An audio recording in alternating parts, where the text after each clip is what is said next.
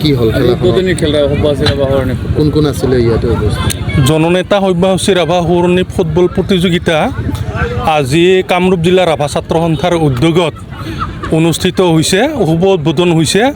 আৰু আজিৰ খেলখন আছিল ছয়গাঁও FC আৰু বৰদুৱাৰ ভোলাগাঁও আঞ্চলিক ৰাভা ছাত্ৰ সন্থাৰ ফুটবল দলৰ মাজত অনুষ্ঠিত হ'ল।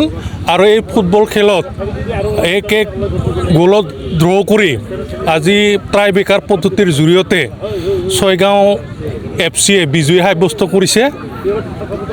আৰু এই মহান নেতাগৰাকী আমি য'ত জননেতা বুলি কৈছোঁ, তেখেত সব্যসাচী ৰাভা আৰু তেখেত আমাৰ নিখিল ৰাভা ছাত্ৰ সন্থাৰ প্ৰতিষ্ঠাপক সাধাৰণ সম্পাদক আছিল। আৰু তেখেতৰ যি স্মৃতি, তেখেতৰ কৰ্মৰাজিক জীয়াই ৰাখিবৰ কাৰণে তেখেতৰ সোঁৱৰণত এই ফুটবল প্ৰতিযোগিতাখিনি অনুষ্ঠিত কৰা হৈছে। কিমানটা দলে ইয়াতে অংশগ্ৰহণ কৰিছে? ইয়াত সৰ্বমুঠ 11টা দলে অংশগ্ৰহণ কৰিছে, 12টা দলে।